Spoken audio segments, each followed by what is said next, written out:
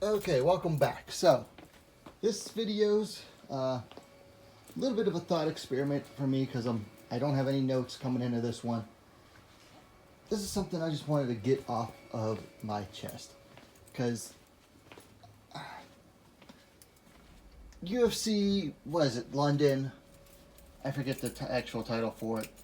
Is in a couple hours from now, from the time of this recording.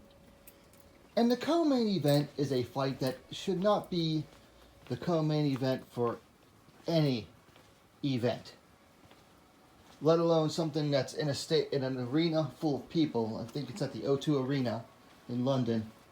This shouldn't even be like a co-main on an Apex show in Vegas, let alone the O2 Arena in London, which is like one of the most storied fight venues in the UK.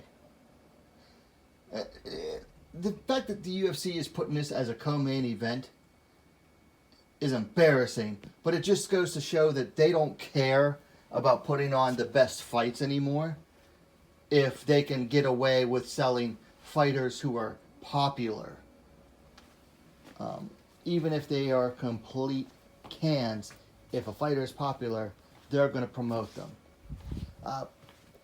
Now, this video might make some people angry, and that's fine. You're allowed to be angry about it. But listen, Molly McCann is a complete can. In the old days of MMA, they would have said, oh, she's a tomato can. She's not a good fighter. She's just not.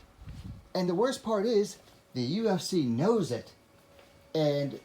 But because she draws a crowd, she draws fans, they get excited about her, and if they match her up against complete other cans, she gets exciting results. And now she's in a freaking co-main event. But that's what makes me mad, is she's a can, and the UFC knows it. So rather than just treat her like the can she is, put her in against better prospects, use her to build up their resumes, they keep feeding her cans instead to boost her popularity.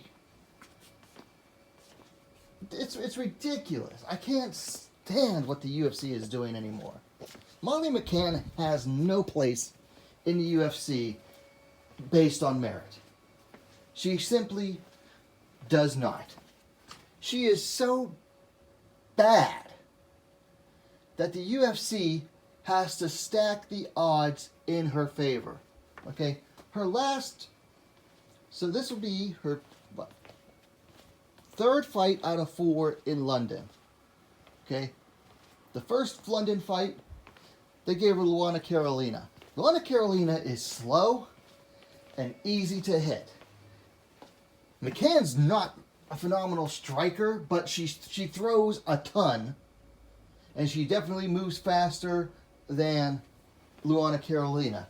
So they stack that in her favor. For her next fight, back in London again, because she's a UK fighter, she's an English fighter, they put her in against Hannah Goldie. Hannah Goldie was 1-2 in the UFC at the time. She had 1 win and 2 losses in the UFC. And they dragged her up to flyweight from strawweight for that fight. And then I think Goldie's since gone back down to strawweight. So not only did they give her a fighter with a losing record, they dragged up a strawweight. So they had a fighter move up a weight class to fight her. Now we did get a reprieve in McCann's next fight, because they actually made her face somebody good, Blanchfield. They used McCann's popularity to help get over Blanchfield, because they knew that Blanchfield is a legit prospect. So they finally decided, well, we've got McCann, we know Blanchfield will beat her, or is most likely to beat her, so let's just use McCann's popularity to get Blanchfield over, which is a pro wrestling term, to get someone over. But that's basically what they did. They knew McCann sucked on the ground, so they put her in against someone who's very good on the ground and has good takedowns and use her to boost Blanchfield's popularity. That was actually a very smart move on the part of the UFC. So hats off to them for that one.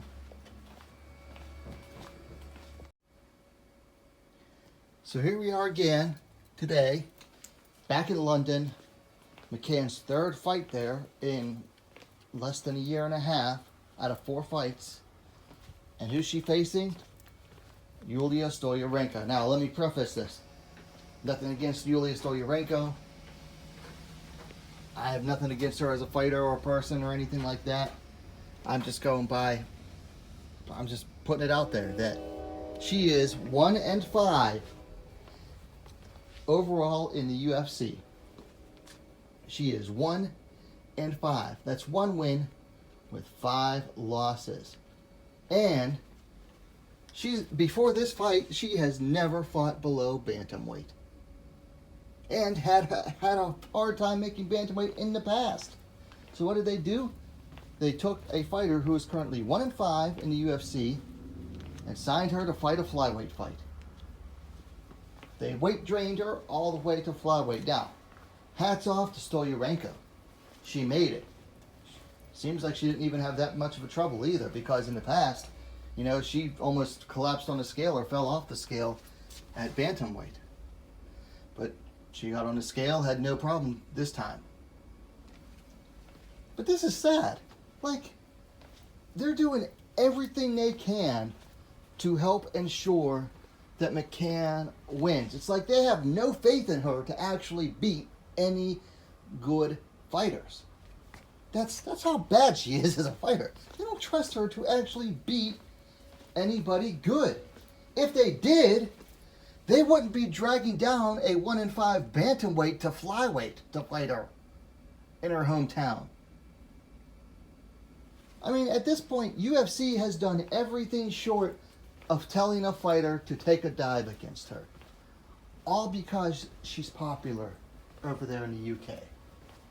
And she got a couple flashy knockout wins. And people like it. So we got to keep her on the winning track. We got to keep those suckers forking over their ticket money to us. That's how the UFC sees it anymore. It's sad. And it's all for a girl who, for all intents and purposes, is a tomato can.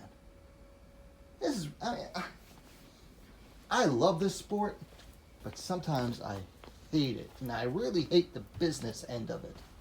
Because that's all this is to the UFC. This is just a business. They're keeping the English fans forking over their hard-earned pounds, you know? Because that's who goes to see these fights over there in the UK. You think it's the upper crust, the upper class people going to the fights? No, it's the blue-collar workers who work hard for their money. Work hard for those pounds. Same as it is in the US. MMA is not a white-collar sport, it's a blue-collar sport. You know, people work hard for their money. And yet they're giving them this, like, crap, like McCann versus Stoliarenko, can versus can. This is just sad and pathetic. I don't know, I've ranted on long enough. Let me know your thoughts in the comments. And stay tuned for more from WMMA Now, the best, most complete women's mixed martial arts dedicated platform on YouTube. Thanks for watching. We'll see you next time.